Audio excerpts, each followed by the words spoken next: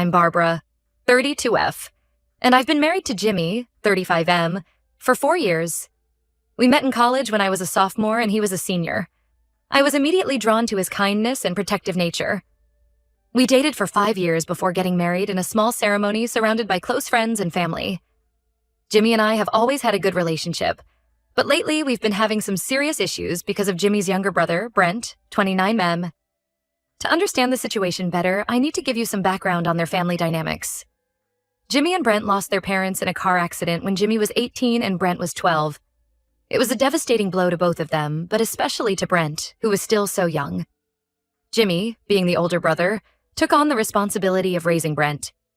He put his own dreams on hold, working multiple jobs to support them both while also trying to finish college.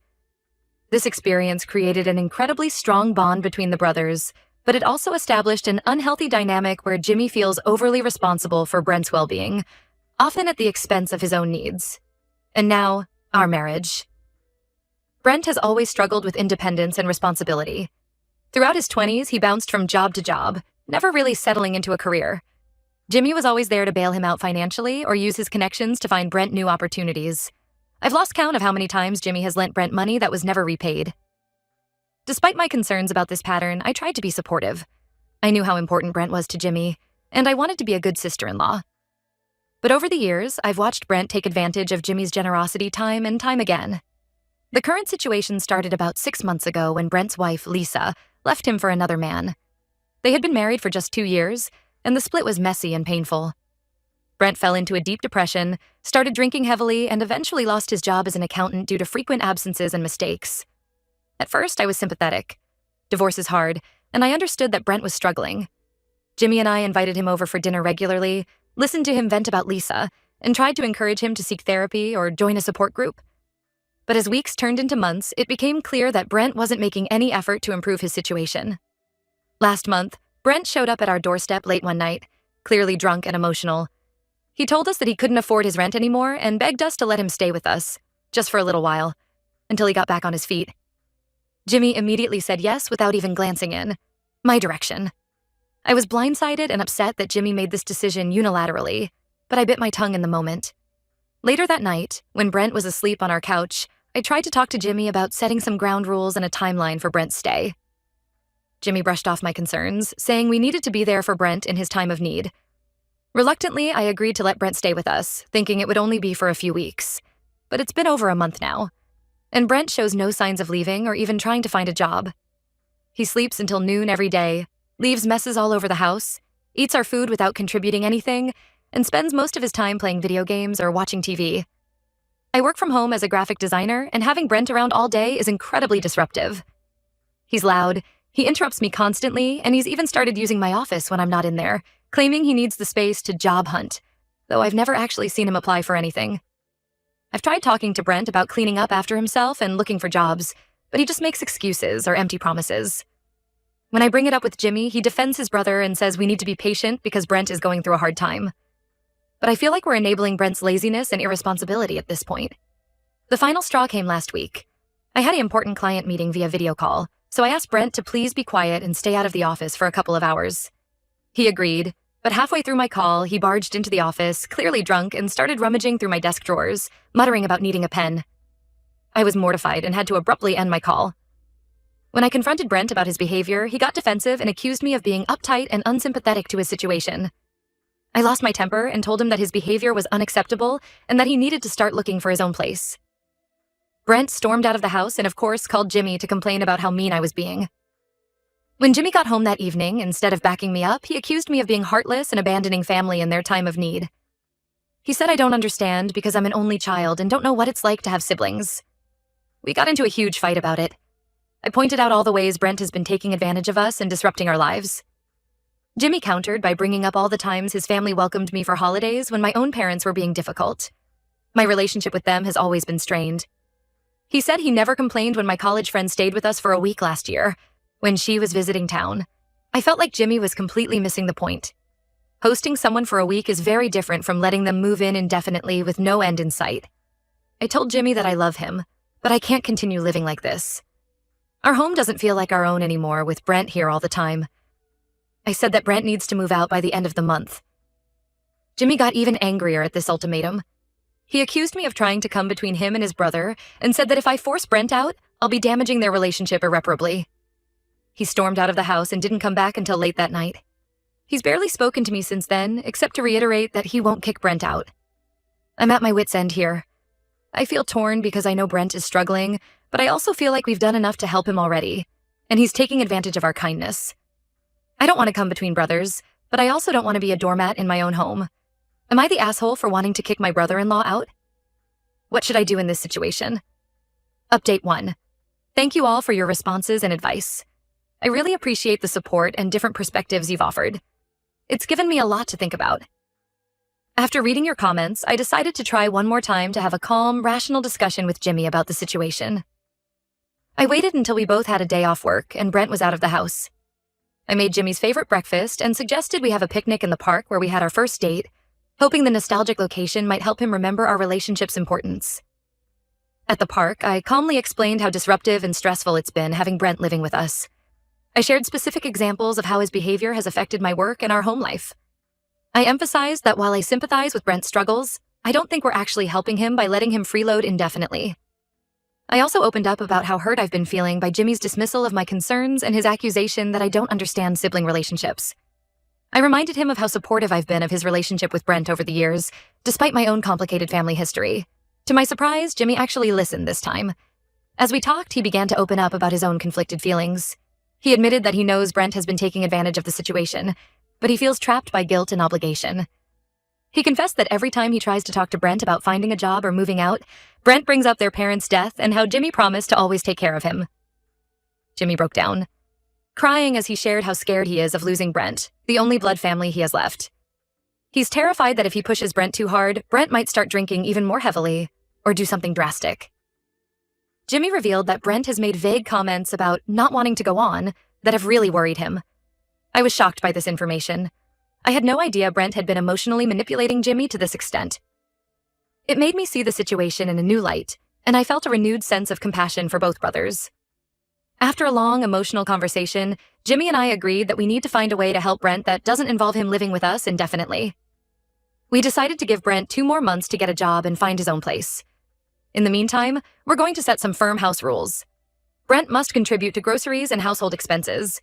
He needs to do his share of chores around the house. He must actively apply to jobs every day and show us proof of his applications. No more drinking in the house. He needs to respect my work hours and stay out of my office. Jimmy agreed to have a serious talk with Brent about these expectations and the 2-month timeline. He also promised to look into resources for addiction counseling and therapy for Brent, recognizing that his brother needs professional help that we can't provide. I felt cautiously optimistic after our conversation. Jimmy and I seemed to be on the same page for the first time in weeks, and I was hopeful that we could work together to improve the situation. However, things took an unexpected turn the very next day. I was working in my office when I overheard Brent on the phone in the living room. He was talking to someone, I think a friend, and complaining loudly about how unreasonable Jimmy and I were being, and how we were kicking him out on the street. He called me several nasty names and said I had turned Jimmy against him. The worst part was when I heard him say, "I know how to handle Jimmy. I'll just remind him of Mom and Dad, maybe threaten to do something stupid and he'll back down. He always does." I was furious. All the compassion I had felt the day before evaporated in an instant. I stormed out of my office and confronted Brent about what I'd heard. He was shocked to realize I'd overheard him and quickly tried to backpedal, claiming I had misunderstood. We got into a heated argument. Brent accused me of eavesdropping and said I was trying to come between him and his brother.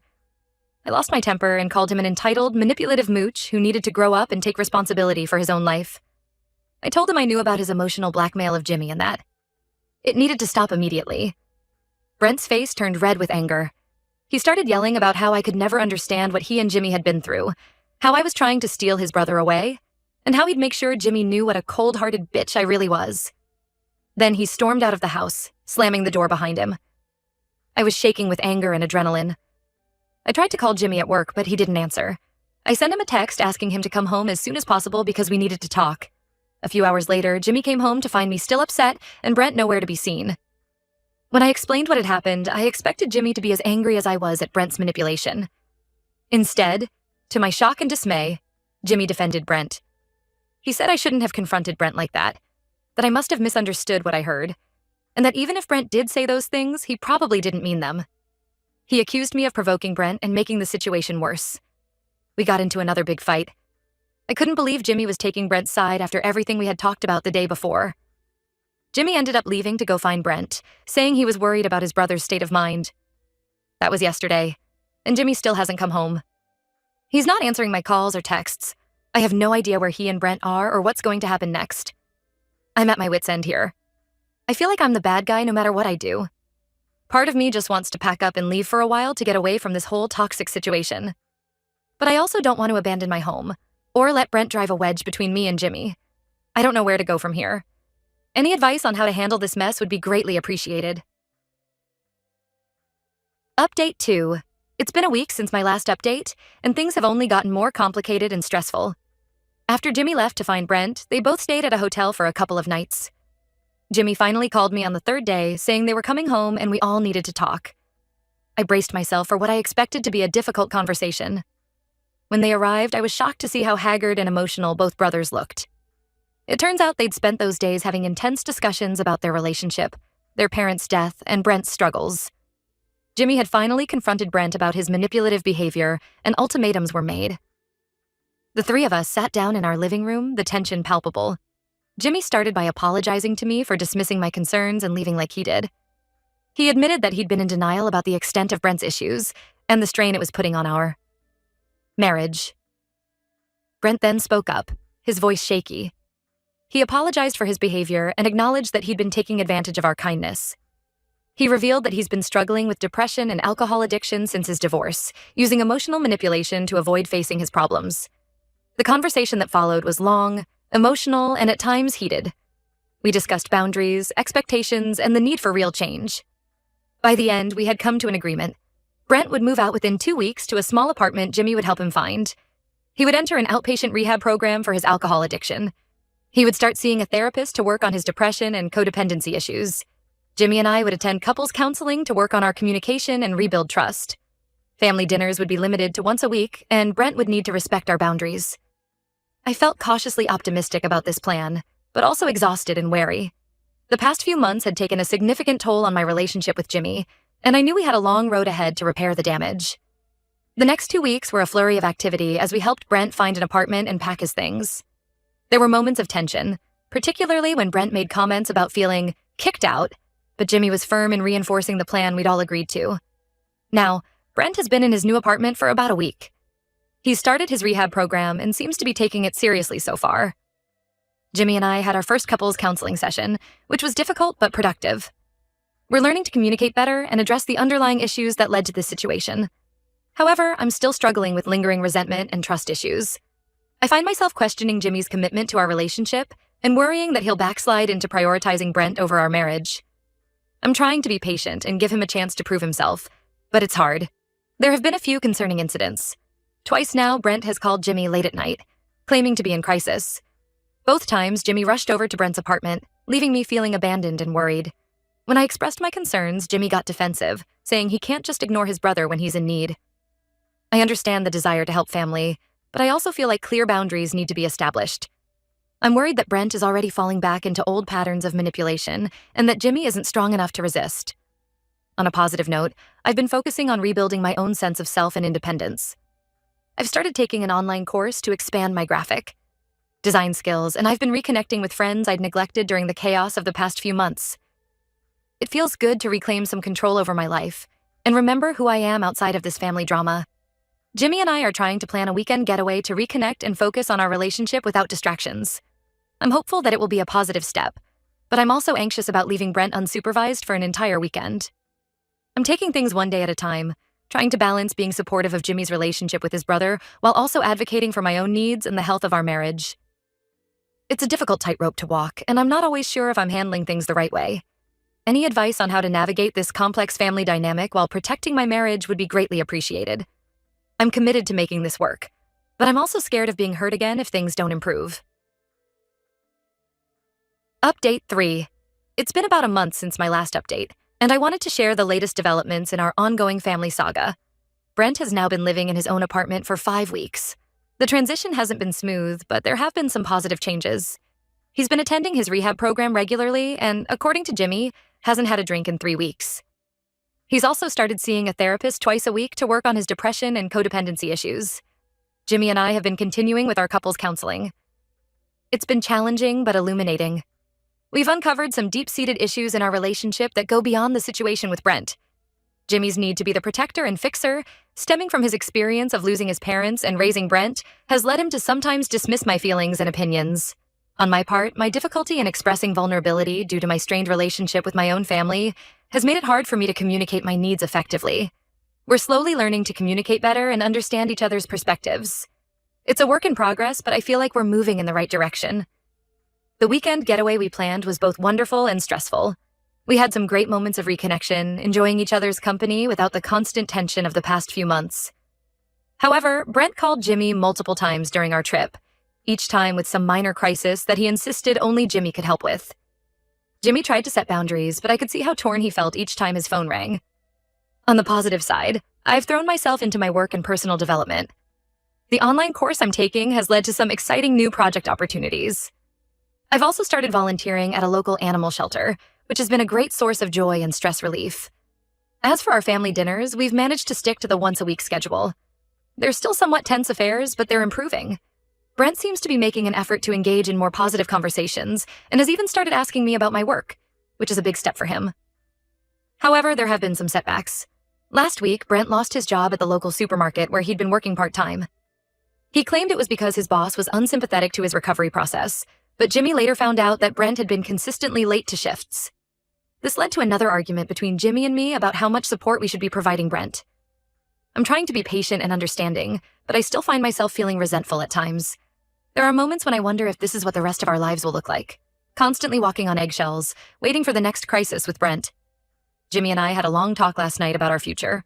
We both agreed that we want to make our marriage work, but we also acknowledged that Brent's issues will likely be a part of our lives for the foreseeable future. We're trying to find a balance between being supportive family members and maintaining healthy boundaries. We've decided to set some new ground rules. Jimmy will not rush over to Brent's apartment for every crisis. Instead, he'll encourage Brent to use the coping strategies he's learning in therapy. We'll have a no Brent talk rule for date nights, allowing us to focus on our relationship.